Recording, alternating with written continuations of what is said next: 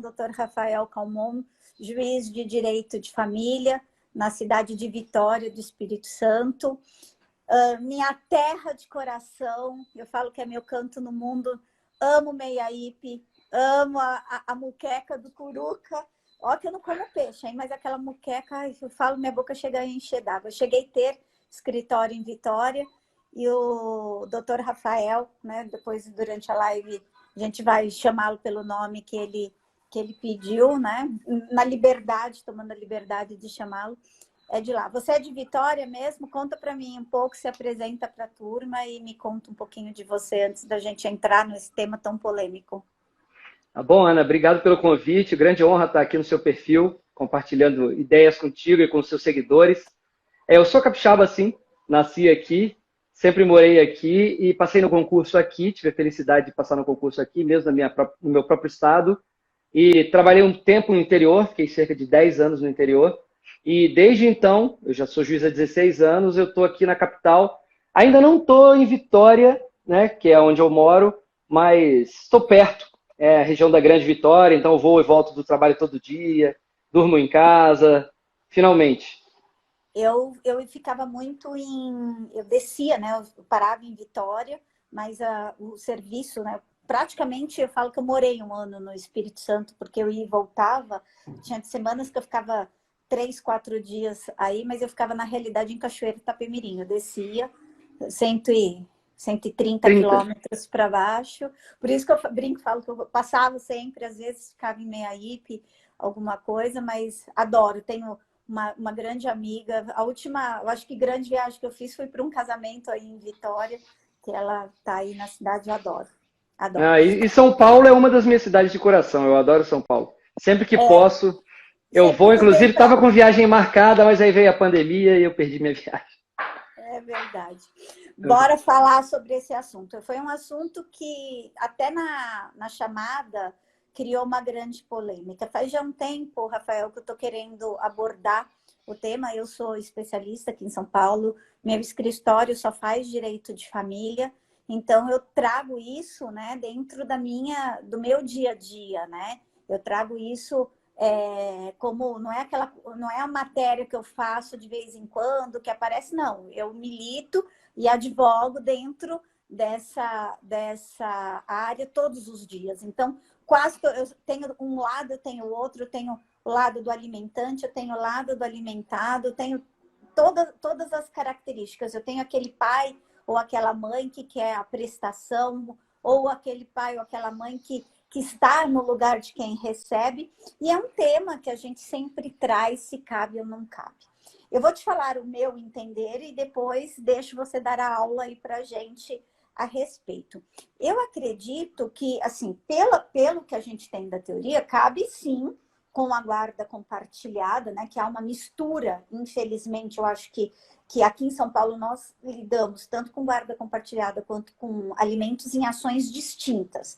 A maioria dos juízes pedem para separar, desmembrar, então, quando nós temos, são raros os juízes que... fóruns regionais de dentro de São Paulo mesmo, da capital, a gente não consegue. Algumas cidades vizinhas, sim, eles pedem para reunir, para tomar uma decisão conjunta, mas a grande maioria separa. Eu mesma sempre separo e prefiro até separar, porque eu acho que alimentos é uma situação, guarda é outra. Eu acho que guarda alimentos, Ana, coloco como uma questão mais prática, mais numérica. Eu acho que ela é mais fechada, como você mesmo diz, mais calculada, mais calculadora, né? Enquanto que guarda envolve toda uma questão de sentimentos. E é assim, uma grande confusão entre a maioria das coisas, de dizer que a gente escutou muito, e foi uma das coisas que trouxe muito no post, né? A grande ideia de que a criança que deveria caber, e há uma confusão, inclusive, com alienação parental.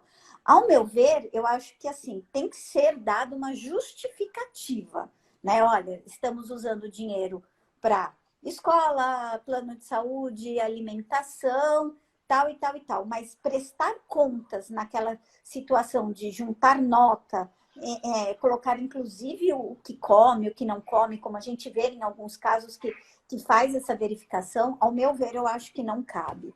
Por mais que tenha aí uma abertura. Cabe sim a necessidade, demonstrar a necessidade numa revisional, mais revisional do que necessariamente prestação de contas. Não sei se é distinto, se está errado ou não a minha visão de ver, né? Eu, pelo menos, ajo assim e tem funcionado, dado certo. Bom, Ana, antes da gente começar no assunto propriamente dito, eu gostaria só de falar o seguinte, que audiência que você está aqui hoje, hein? Qualificadíssima, eu tô vendo gente do Brasil inteiro aqui, ó. Viu meu amigo juiz, ó, Rafael Croca, mandou um abraço aí. Eu vi a Cosmélia Folha aqui, Cosmélia lá de Alagoas, eu tô vendo aqui o pessoal de Itapetininga, eu tô vendo gente do Rio de Janeiro, eu tô vendo aqui o Zedu Coelho, que é um advogado expert em direito de família aqui no Espírito Santo. Não sei se quando você tem gente atuou de Franca, aqui... a doutora Mônica, que é super sua fã, a Mônica Lima, que é super sua fã. É? Tem gente também de outros cantos do Brasil inteiro. Gente, o Brasil inteiro está na sua live. Essa é a grande verdade. Bom. Quem não está aqui está perdendo tempo. Essa é a grande verdade. Quem não está na live não está no direito. Não, É verdade. Ana, quem não está nessa live não está no direito. Então, olha só. O assunto é dos mais simples, Ana. Mas você já viu o seguinte? Imagina o seguinte, olha. Essa aqui vai direto para um minuto para a família, lá de Franca. Olha aí, ó. Olha só. Pega, ó, é só para ela essa aqui, tá, Ana? Então, olha só, com todo respeito. Ou então para a galera aqui de Maringá ou Piracicaba. Vamos ver quem responde primeiro. Você pega uma lagartixa desse tamanhozinho. Eu chamo de lagartixa aqui no Espírito Santo. Você chama de quê? Lagartixa. Lagartixa também. Você pega uma lagartixa desse tamanhozinho, acende uma lanterna, que pode ser a lanterna do seu celular, e aproxima dessa lagartixa o máximo que você puder. Fica 3 dedos de distância dela, Cosmélia. Ou então, Ana, fica. Michelangelo, quem está entrando aí? Ariane Sena. 3 dedos de distância só. Imagina o tamanho da imagem que vai ser projetada na parede, Ana. Vai parecer um jacaré, não vai? Um crocodilo, um dinossauro. Só que é só uma taruíra desse tamanhozinho, ou uma lagartixa desse tamanhozinho. O que acontece com a prestação em contas em matéria de alimentos, Ana? É um terrível lamento. É a coisa mais simples que existe no mundo, mas é um terrível lamento. As pessoas fazem como se estivesse aproximando uma lanterna da lagartixa, transformando ela num jacaré, num dragão, distorcendo a aparência daquilo e causando medo em todo mundo. É igual. A prestação de contas e alimentos deve a um erro do legislador, na minha opinião, simplesmente no vocábulo, na expressão prestar contas que ele escreveu no artigo 1583. Porque olha só, o poder familiar, ele é um feixe de poderes e deveres, não é? Todos nós sabemos. Junto com o poder familiar vem uma série de encargos, é claro. Agora, olha, não é porque lá está escrito que deve prestar contas, né, no artigo 1583, que a gente tem que promover, Ana, a ação de prestação de contas. É aí que estava o problema.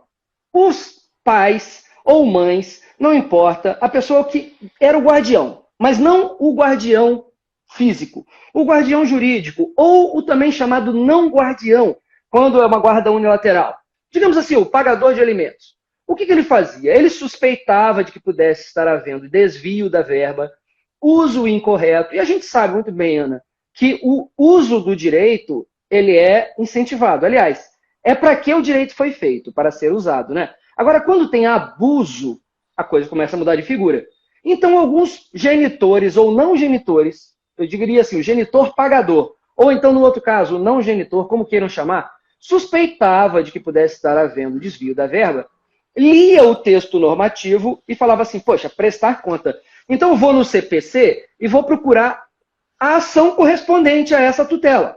Então, qual ação que me asseguraria essa tutela? Aí a pessoa entraria com a ação de prestação de contas. Porque, em tese, é essa ação que estaria prevista no CPC para a situação em que houvesse o dever de prestar contas, né?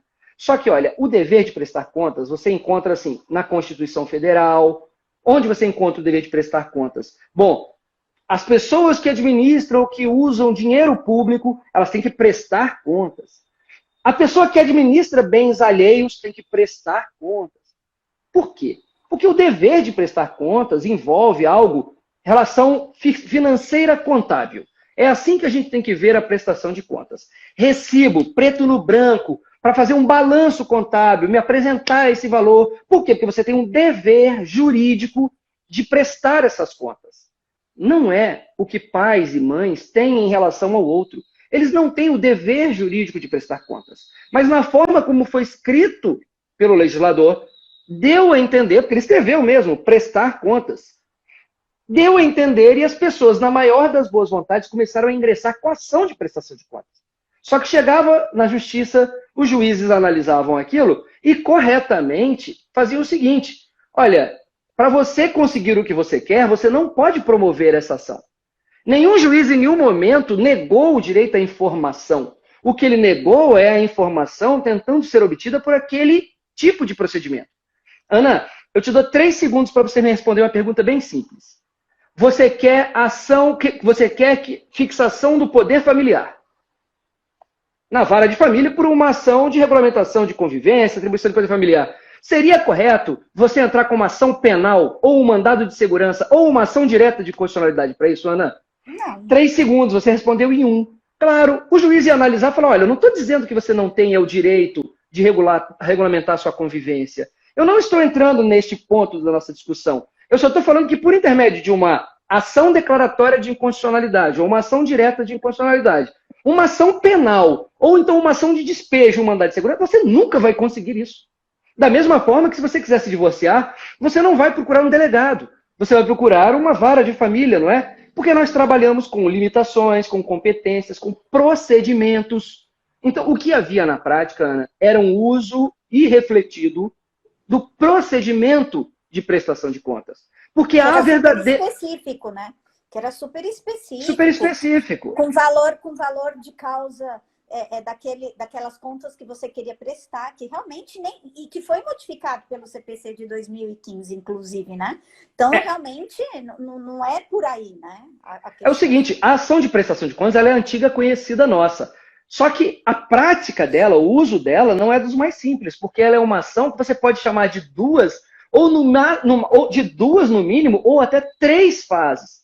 Porque é assim, na primeira fase, o juiz discute, as partes, em conjunto com ele, se existe o chamado dever de prestar contas.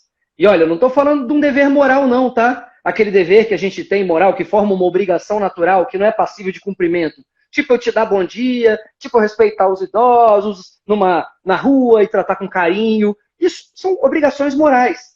Caso eu descumpra, eu não te dê bom dia, você não pode me obrigar a isso. Não é? É chamada obrigação natural, é aquela obrigação que não tem um dever correspondente. Logo, você não pode me compelir caso eu descumpra.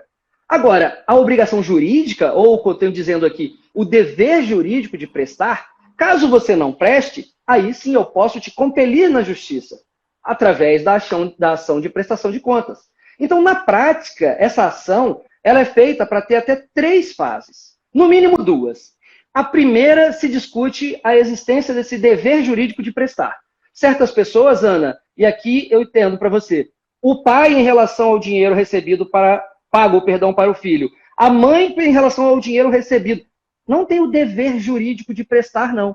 Então, se não tem o dever jurídico de prestar, e a primeira fase dessa demanda é prevista justamente para reconhecer ou não o dever jurídico de prestar, a ação já caía aí.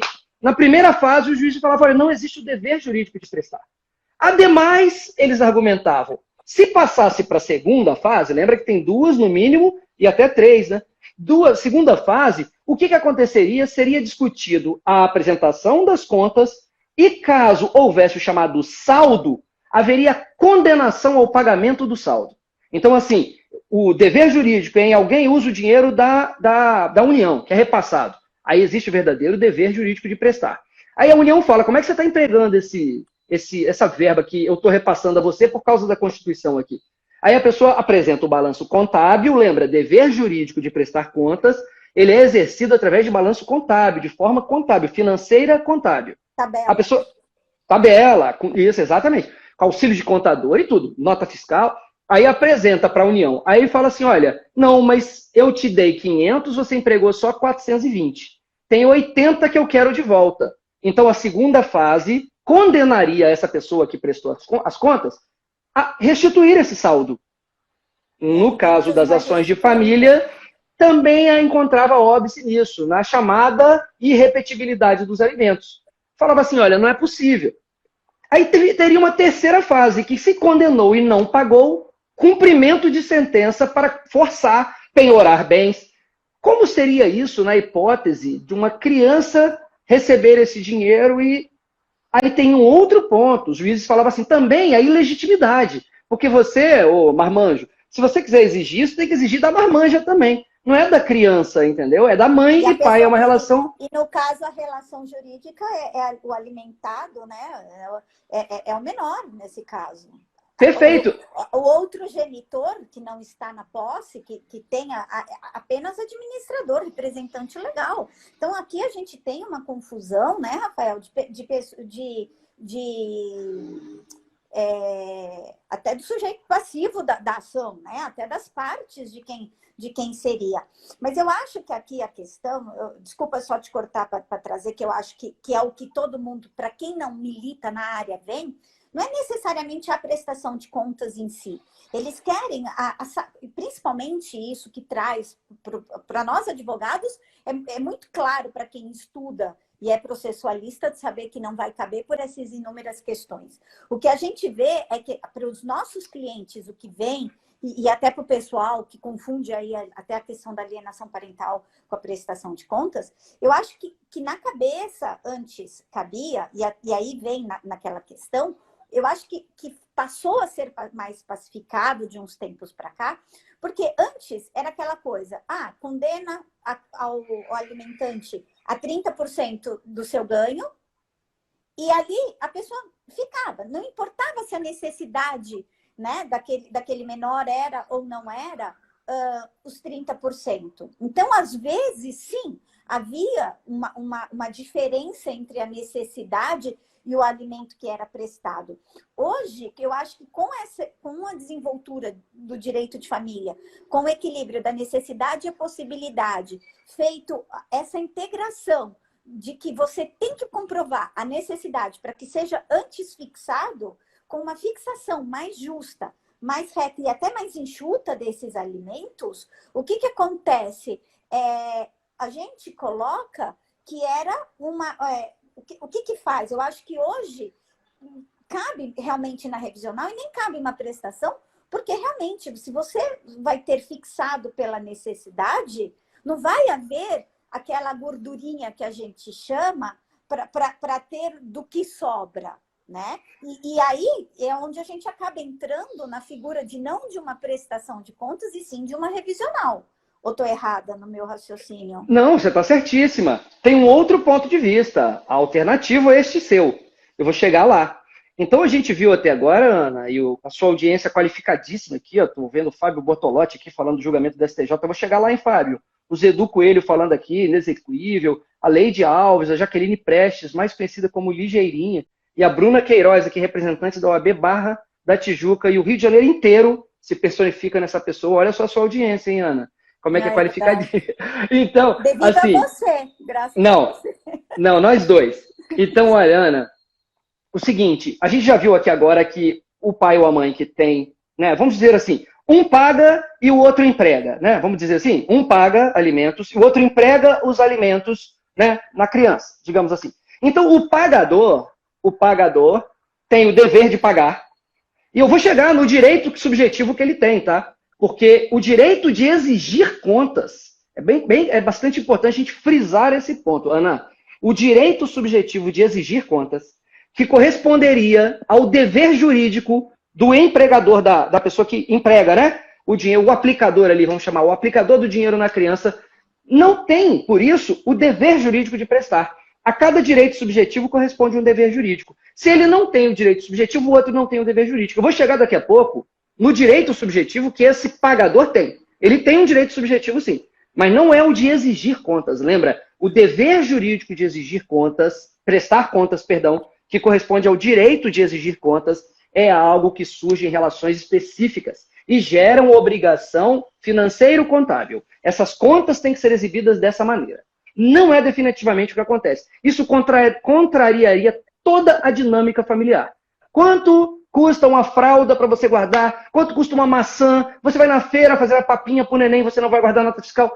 A gente não precisa nem descer a 10 segundos de conversa para, né, tirar essa impressão que possa ter que isso aconteceria na dinâmica familiar. Jamais.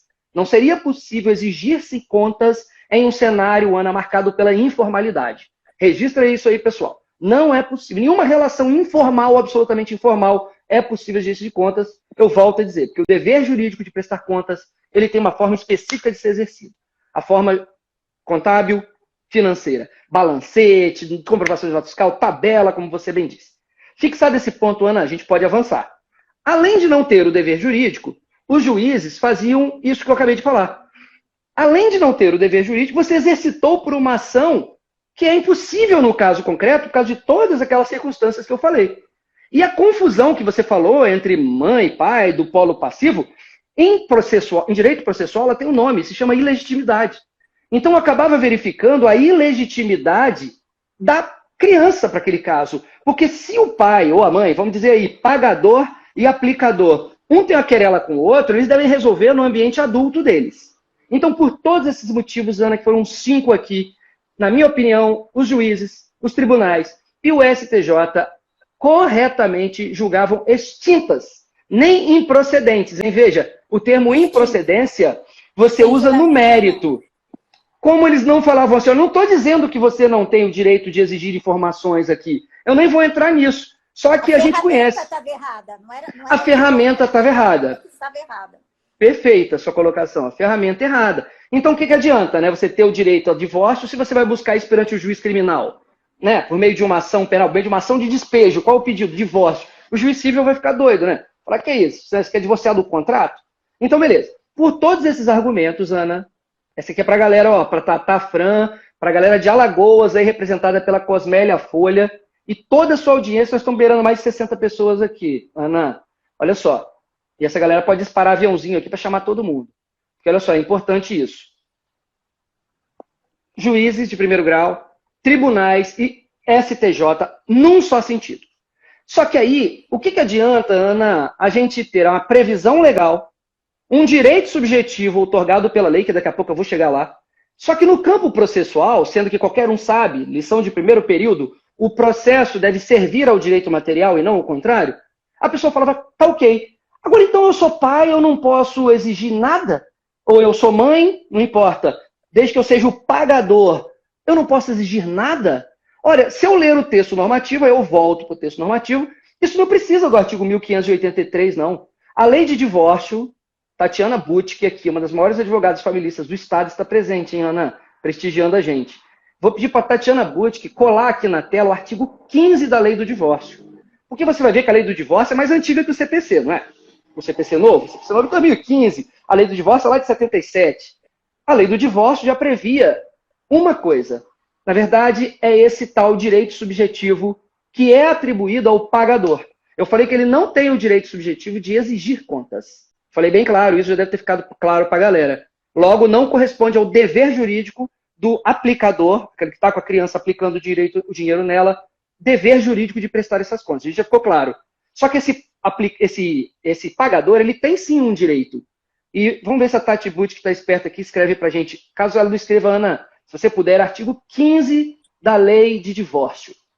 Quem puder dar uma olhada e falar alto assim, só um trechinho a pessoa vai identificar. Artigo 15 da lei de divórcio, parararã, hein? Que rufem os tambores aí. Que com o artigo 15... porque senão eu vou derrubar a live. Do jeito que eu consigo ver aqui em 10 segundos no meu laptop, que meu laptop está um pouco longe ali. Enfim, olha aí, ó. Tata Fran. E entender o uso.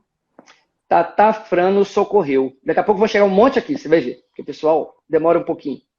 Ana, todo e qualquer pagador, ainda que não tenha o direito subjetivo, que implica no correspondente dever jurídico àquele que recebe, de prestar, esse termo prestar contas, ele tem uma conotação específica em direito. Ana, o que é homicídio? É matar alguém, não é?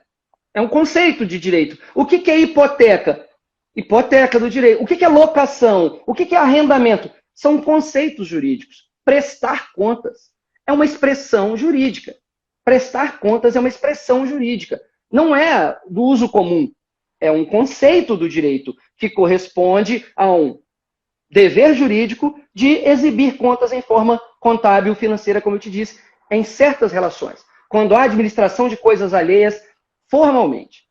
Isso tudo já foi dito. Então, o artigo 15 da lei do divórcio, antiga, veio a ser Olha aí que a Cosmélia escreveu. Olha. Os pais em cuja guarda não Lê estejam só a os parte filhos final. poderão visitá-los e tê-los em sua companhia, segundo fixar o juiz, bem como fiscalizar sua manutenção e educação. O prestar contas do CPC não socorre esse direito de fiscalizar, deve ser feito de outra forma. Mas o artigo 15 estava escrito aqui, ó, fiscalizar sua manutenção e educação. Estava na parte de cima, Ana.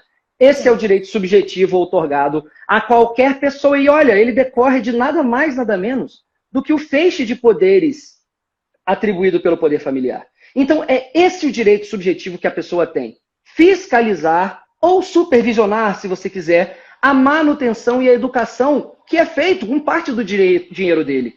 Então, o 1583 fez errado ao estabelecer no parágrafo 5º esse dever de prestar contas, entendeu? Não era prestar contas, ele só tinha que ter repetido o que já era consagrado desde lá da lei do divórcio e está em outros dispositivos do CPC. Fiscalizar ou supervisionar o dinheiro aplicado. Aí a gente chega num ponto, Ana, quando a gente pretende fiscalizar ou supervisionar uma relação jurídica, que é o caso, a relação jurídica alimentar, não é? Aqui não é relação de fato, não é bom dia, não é ele não pisa na grama, é relação jurídica, decorrente do poder familiar. Qual é a ação correspondente? Artigo 19 do CPC. Quem pode dar uma olhada aí no artigo 19 do CPC? Vamos ver se a Cosmélia está esperta aí. Artigo 19 do CPC. Ele traz para a gente, Ana, uma das mais conhecidas e úteis ações, inclusive no ambiente das relações de família. Sabe qual ação que é essa, Ana? A ação declaratória. A gente sabe que a gente pode ter uma ação voltada a condenar o réu, a nos pagar alguma coisa. Essa é só declaratória. Sabe por quê? Quais são as possibilidades de você exercer a ação declaratória? Declarar a existência ou inexistência de uma relação jurídica e declarar o modo de exercício. Olha aí, quem vai copiar para a gente o artigo 18 e 19 do CPC? O modo de exercício de relações jurídicas, Ana, tem uma ação própria para isso. Então, quando as pessoas promoviam prestação de contas, aquela ação tumultuada de rito especial, com 2 ou até 3 fases, que gera crédito, gera depois... A pessoa bate na porta, e por isso o judiciário fechava as portas das pessoas. Olha aí o artigo 19 na sua tela, olha. O interesse do autor pode limitar-se à declaração. Inciso 1, da existência, inexistência ou, olha aí, ó, o modo de ser, Ana. O modo de ser de uma relação jurídica é como ela se desenvolve. Então, se é uma relação jurídica que eu estou te pagando dinheiro num ambiente informal para sustentar nosso filho, dentro da dinâmica familiar, só me diga qual é o modo de ser disso aí. Me diz como está sendo feito. O dinheiro está sendo empregado na feira, o dinheiro está sendo empregado na criança. Então, veja, na prática, Ana, se você quiser dar o nome para essa ação, de ação Ana e Rafael, de ação CPC, ou de nada, dá no mesmo, porque ninguém nunca ligou e nunca vai ligar para o nome da ação. O que define uma ação é a sua causa de pedir e o pedido. A causa de pedir está aí. O nome pouco importa. Dá o nome de ação declaratória. É o fundamento, tanto que coloca. Teu fundamento você nem precisa colocar, que o juiz vai saber. Que você faça, né, a causa de pedir e o pedido, estando ali, tá feito. Claro. Né? É o básico do direito, né? E ação declaratória, se você quiser, agora dá o nome de ação ordinária. Hoje em dia não se usa mais o nome ordinário, porque o rito ordinário, que meio dava nome a essa ação, foi substituído pelo chamado rito comum. Não tem mais ordinário, que antes fazia divisão entre ordinário e sumário, agora não tem mais isso. Só que essa ação é uma ação de família.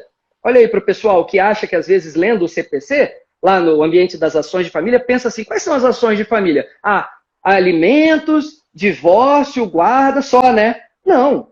A ação declaratória de supervisão, ou se você quiser também chamar aí de fiscalização de alimentos, é uma ação de família, alguém tem dúvida disso? Adivinha então qual é a competência para processamento dessa ação, Ana? Vara de família. Isso não vai correr na vara civil residual. Vara de família. E adivinha quem são as partes, Ana? A legitimidade, olha, se é o pai ou a mãe, tanto faz, que quer supervisionar ou fiscalizar o dinheiro que está sendo empregado pela mãe ou pelo pai, a criança não participa dessa ação. Tá? Aí a gente tem uma resolução da questão do polo passivo, como a gente havia comentado. Pronto. Legitimidade, pai e mãe. Pronto, simples assim. Mas olha que curioso. A rigor, o Ministério Público entre a ação de dois adultos, exemplo, o divórcio puro, aquele que não discute nada, só o divórcio, porque não tem bem, não tem filho. Entre adultos, claro, para ser divórcio, o MP não participa, porque ele não tem mais aquele papel de curador do vínculo que ele tinha antigamente, quando anulava um casamento. O MP também não vai participar.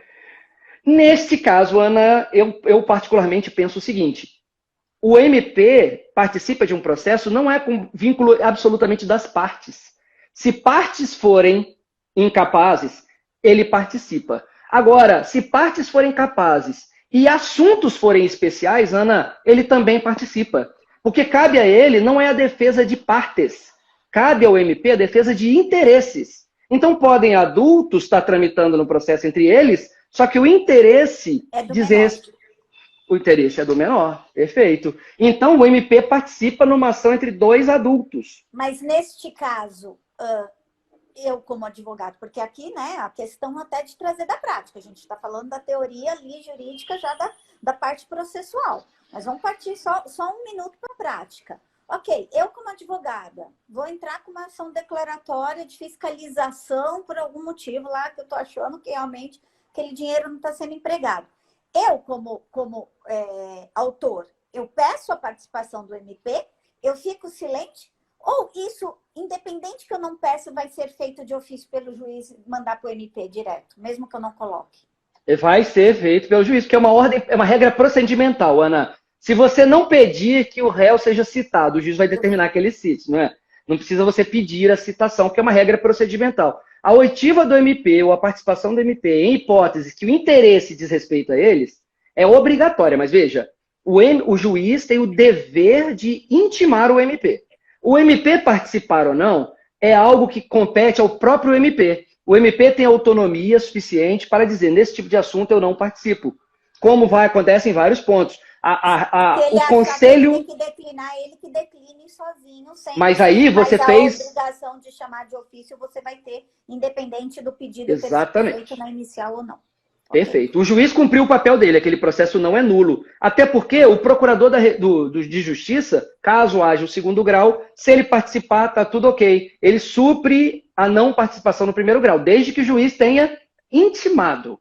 Então o juiz deve intimar. O MP participar ou não, na minha opinião, vai participar, mas pode ser que em alguns lugares eles se reúnam, editem enunciados ou portarias, eles fazem isso, né? Recomendações, aí eles não participam. Então, qual é a causa de pedir e o pedido, Ana? A gente já viu que o nome pouco importa.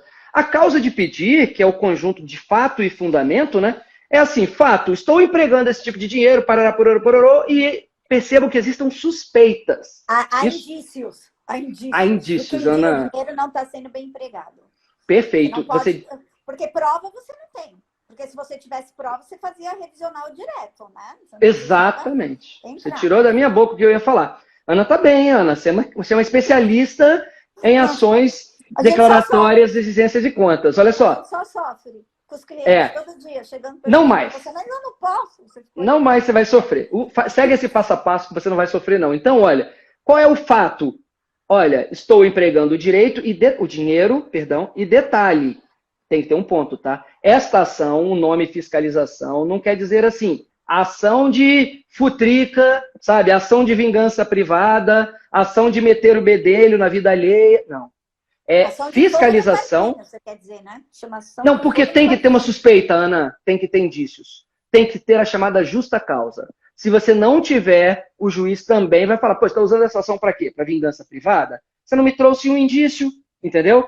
E quais são os indícios? Ana, vários. Na prática, para mim, eu quero saber quais são. Tem vários, olha, são vários. Exemplo, a pessoa diz que está empregando dinheiro com a aula de, sei lá, de tal educador, ou então está pagando um psicólogo.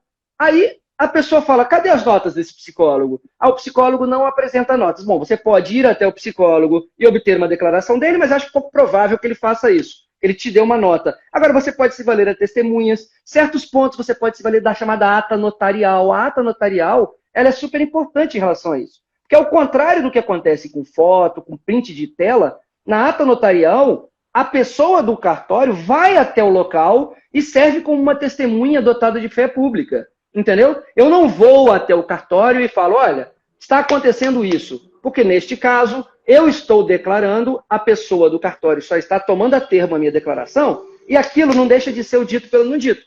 Porque ele nunca atestaria a veracidade do fato. Ele só atestaria que a declaração estaria saindo da minha boca. Já na ata notarial, não. Ele vai até o local e ele constata pelos olhos. Tanto que ele não vai constar assim, que na data tal, fulano compareceu até mim e declarou o quê? Não, ele vai falar assim, na data tal, eu fui até o local e constatei que, exemplo, essa criança não está matriculada. Entendeu? Então, são várias possibilidades de você conseguir. E é claro, tá? É algo que eu venho chamando bastante atenção há bastante tempo, do seguinte, o juiz que trabalha em vara de família, o advogado que milita em vara de família, o promotor, olha, eles têm que enxergar os conflitos familiares, Ana, enxergar os conflitos familiares por uma lente específica, tá? Isso é muito comum, sabe onde?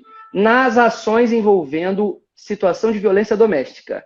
Em tudo que envolve situação de violência doméstica, leia-se, aplicação da Lei Maria da Penha, tem que haver uma lente por meio da qual os aplicadores enxergam aquelas questões. Essa lente, Ana, tem um nome. Ela se chama perspectiva de gênero. No direito das famílias, qualquer profissional que milite tem que enxergar todos aqueles conflitos por uma lente. Essa lente se chama Sistema de Direito das Famílias. Porque tudo envolvendo o direito das famílias é um pouco diferente. Tem uma dinâmica própria, tudo é permeado por afeto, não é por dever jurídico necessariamente. Há uma informalidade natural, enfim. Então, o juiz, na minha opinião, tem que ter essa certa, permissão de calma, vamos provar ao longo do processo. Então, eu já disse qual é o fato da causa de pedir. E o fundamento jurídico? Bom, foi conferido aí pela lei do divórcio, pelo poder familiar, pelo próprio 1583, parágrafo 5º, é a fiscalização. Então, quando você lê o parágrafo 5º do 1583, não lembro se é o parágrafo 3º ou 5º, o pessoal pode me corrigir aí, é o que fala do dever de prestar contas. Fala assim, o que eu venho é que você me comprove como está sendo empregado o dinheiro. É igual assim, não tem na Bíblia, eu não sou o melhor entendedor de Bíblia, tá? Mas eu sei que na Bíblia tem assim, em algum momento você deve prestar contas a Deus. Não tem quando você fala um pro outro assim, ó, você vai ter que prestar contas pelos seus atos.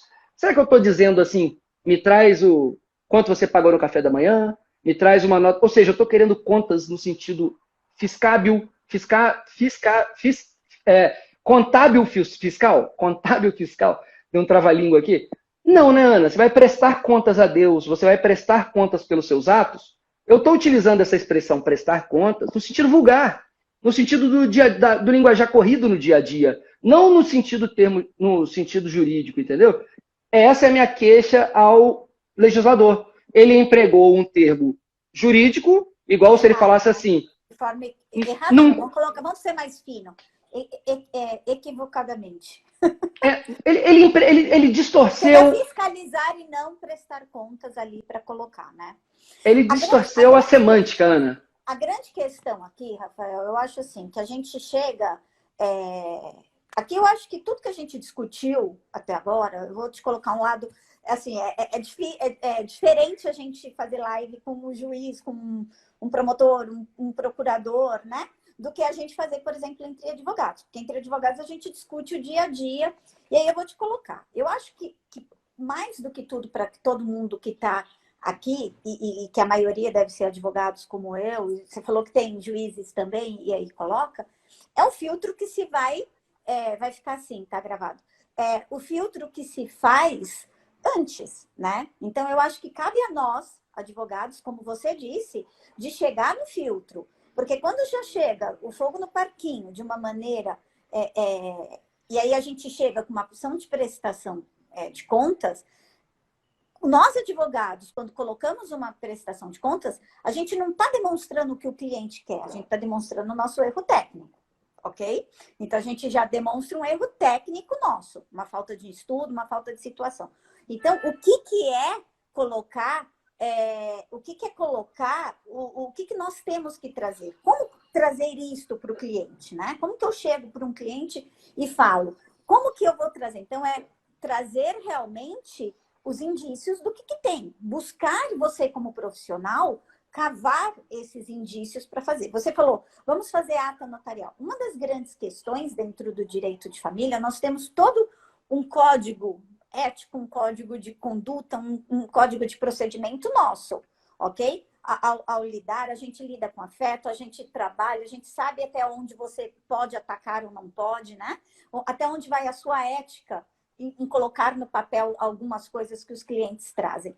Mas o que eu falo nessa situação, como a gente tem um código todo nosso? É de saber entender. E uma das grandes coisas do direito de família é que é muito caro isso tudo, Rafael. Por quê? Porque fazer uma ata notarial é extremamente caro. E isto, muitas vezes, inibe o acesso de muitos pais de baixa renda ao judiciário. Quando a gente faz uma ação de partilha, aqui em São Paulo a gente vai por blocos, a gente chega a pagar, às vezes, 27 mil reais de custas por uma partilha. Você fala, a pessoa tem? Tem.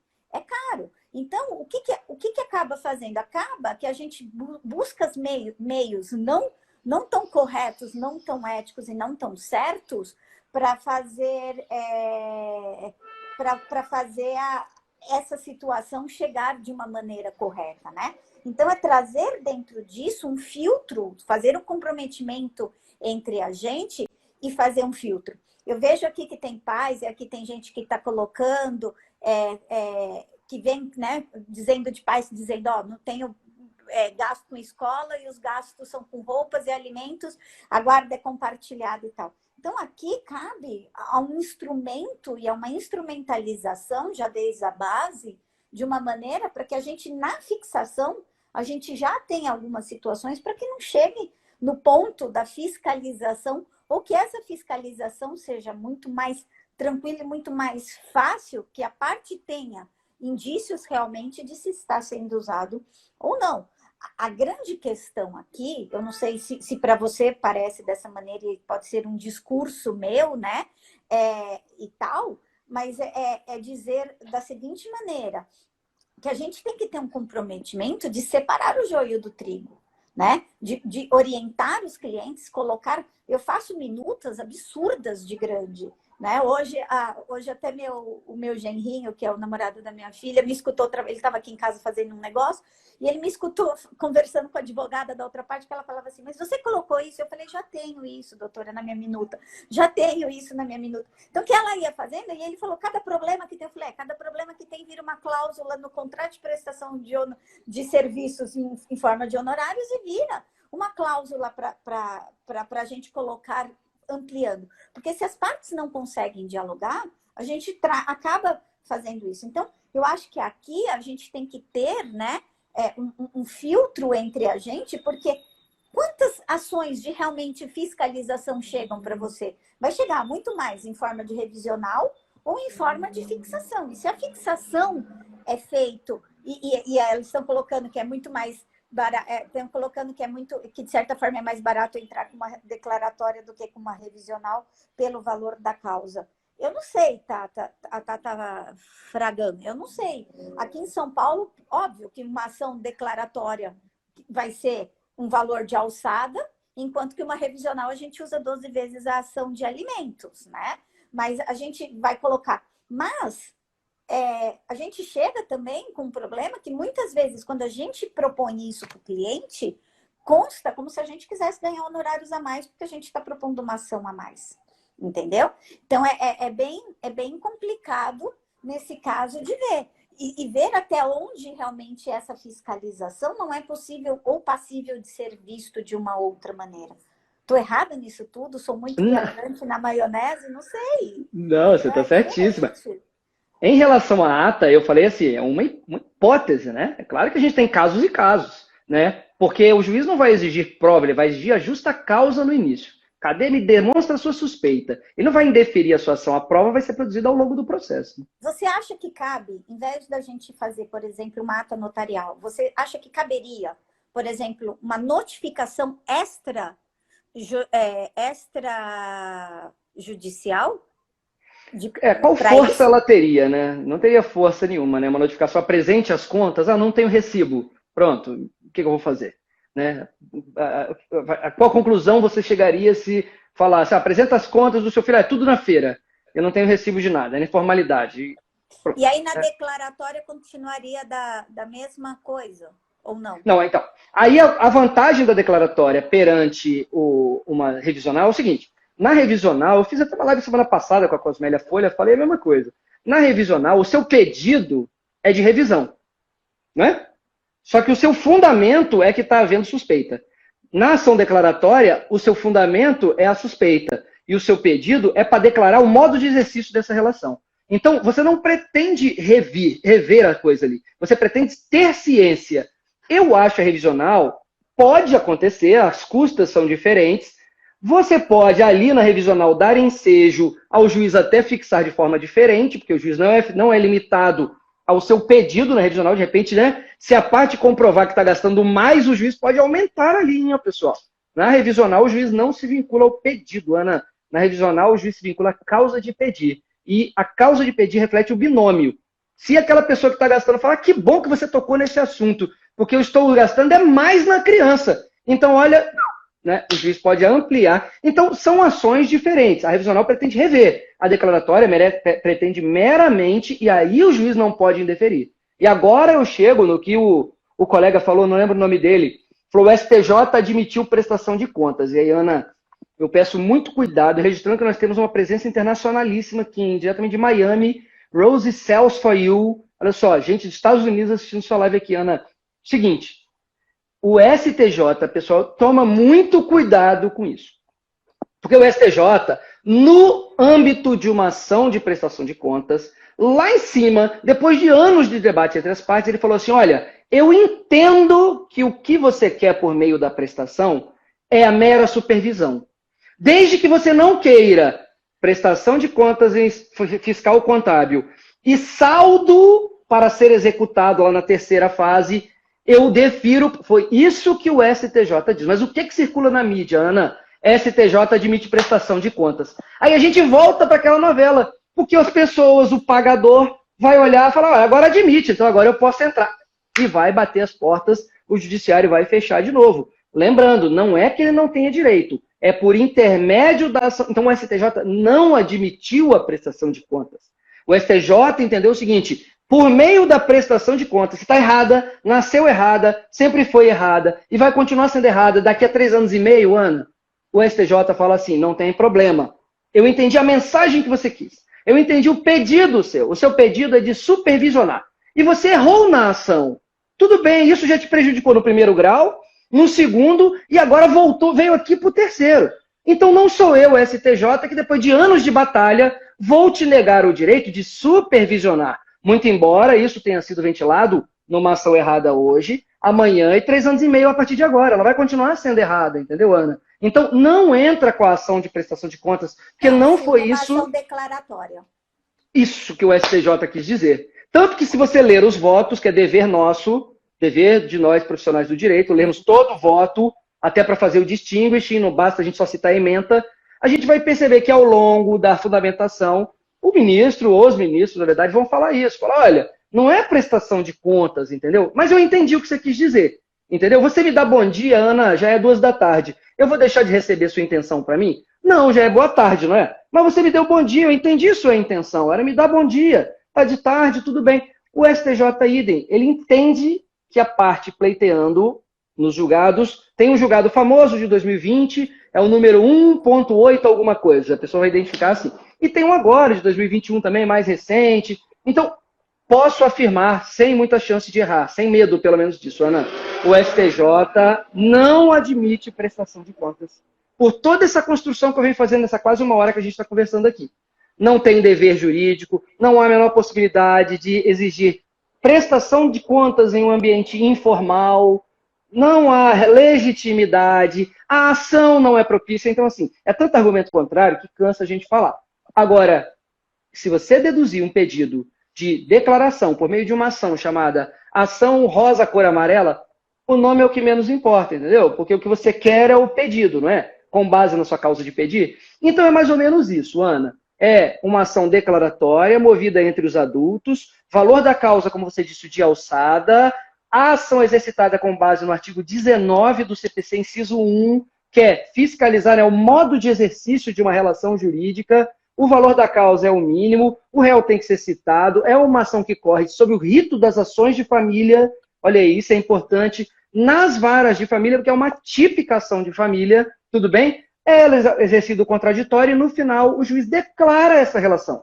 E ele declara, ao contrário do que acontece lá na revisional, em que na revisional o seu fundamento é o abuso do direito, o seu fundamento é o emprego indevido da verba com base para fundamentar o pedido de revisão. Aqui não, o pedido me diz como exercita essa relação, como é o modo de ser.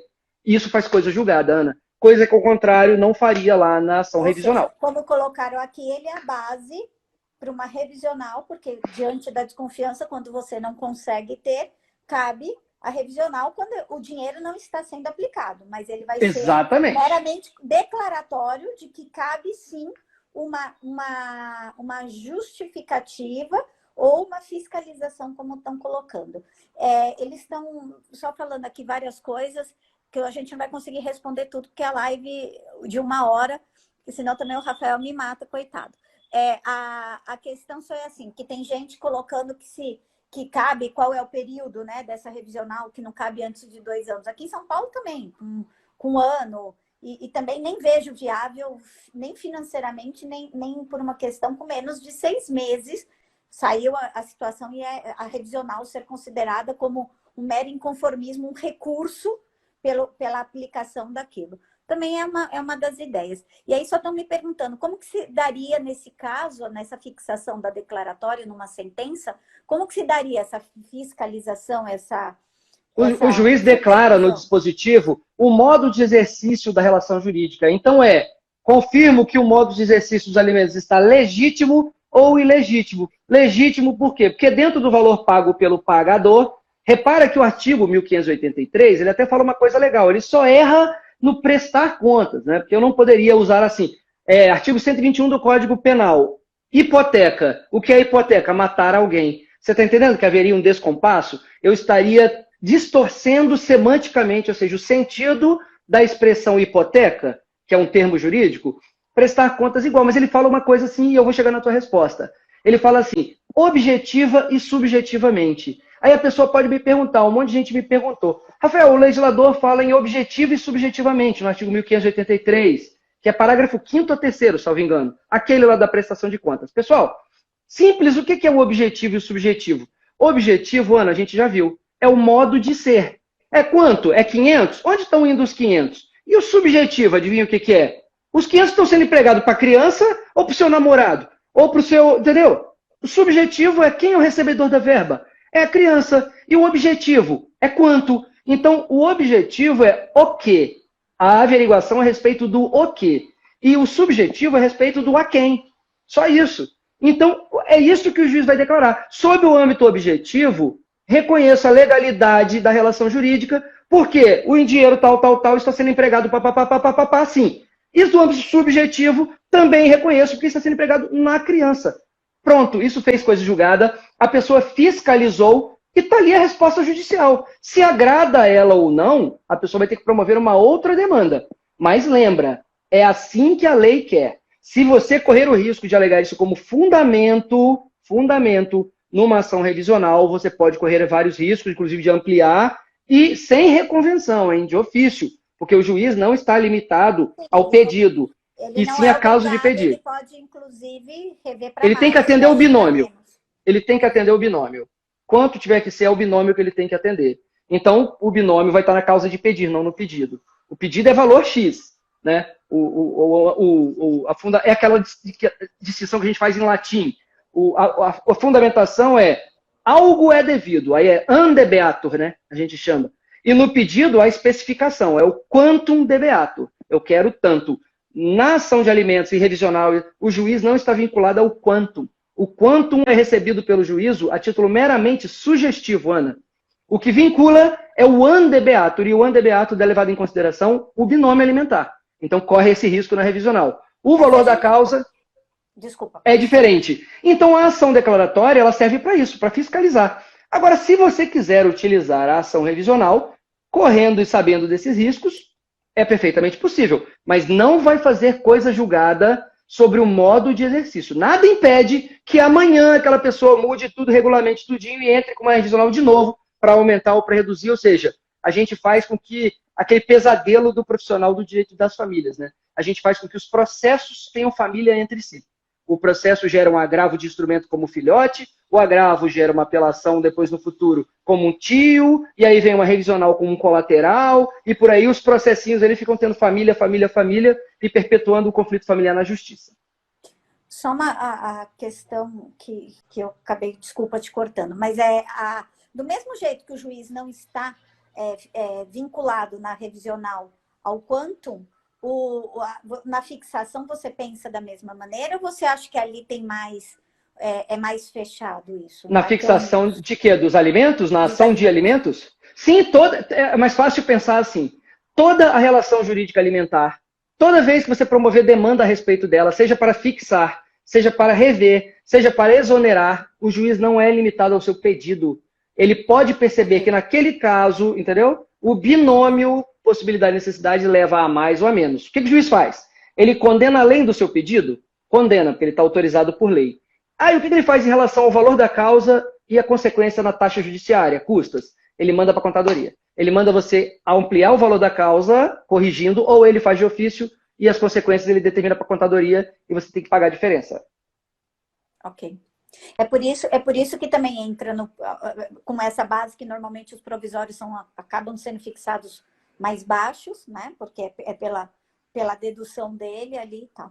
E a gente realmente, como você vem trazendo dentro do seu material ao longo desse tempo que você vem colocando, nesse último ano, pelo menos, se é necessário isso, a gente fica aqui um convite para uma próxima live a respeito na questão da fixação, se caberia ou não, né? Aí uma calculadora, uma fórmula mais fixa, porque é muito subjetivo, né? Muito. Eu falo, é tão subjetivo que eu falo, tem crianças que custam R$500 no mês, tem crianças que custam 20 mil. É muito subjetivo o que entra, o que não entra, o que é, e eu acho que isso é o que gera. Mas eu acho que diante disso, a questão realmente da declaratória, vamos chamar assim, não da prestação de contas, eu acho que está mais ligado a uma fixação não tão clara do que necessariamente, ou de uma matéria vingativa, do que necessariamente por uma questão de que não existe outros meios de buscar uma fiscalização.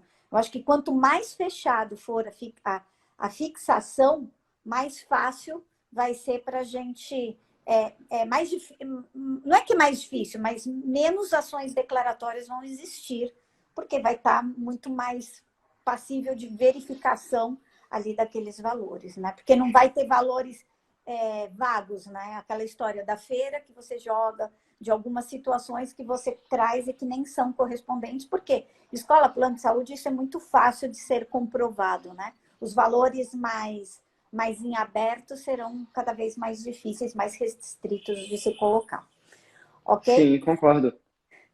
Rafael, só tenho a te agradecer imensamente pela sua disponibilidade. Nem me conhece pessoalmente. Eu já te vi em congressos, palestrando, óbvio, como todo mundo, como sua aluna, acompanhando você no seu dia a dia, estudando pelos seus livros.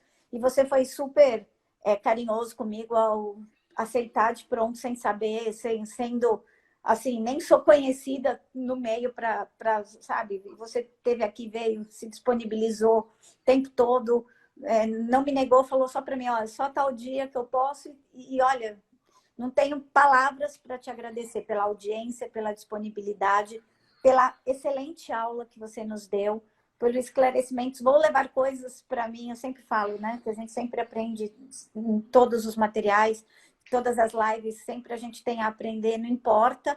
E vou trazer muita coisa para o meu profissional, refletir, né, durante aí esse tempo, como traduzir isso para os nossos clientes, como fazer aí uma peneira para a gente trazer essas informações. Espero que ir ao Espírito Santo em breve. Se eu for, eu te aviso para a gente sentar, tomar um café pessoalmente. Eu, você, Patrícia, sua esposa, para colocar que é colega minha aí de batalha, né? Tá mais pro meu lado do que pro seu. Então, para a gente poder aí fazer, fica aqui minha gratidão, a disponibilidade que você precisar em São Paulo.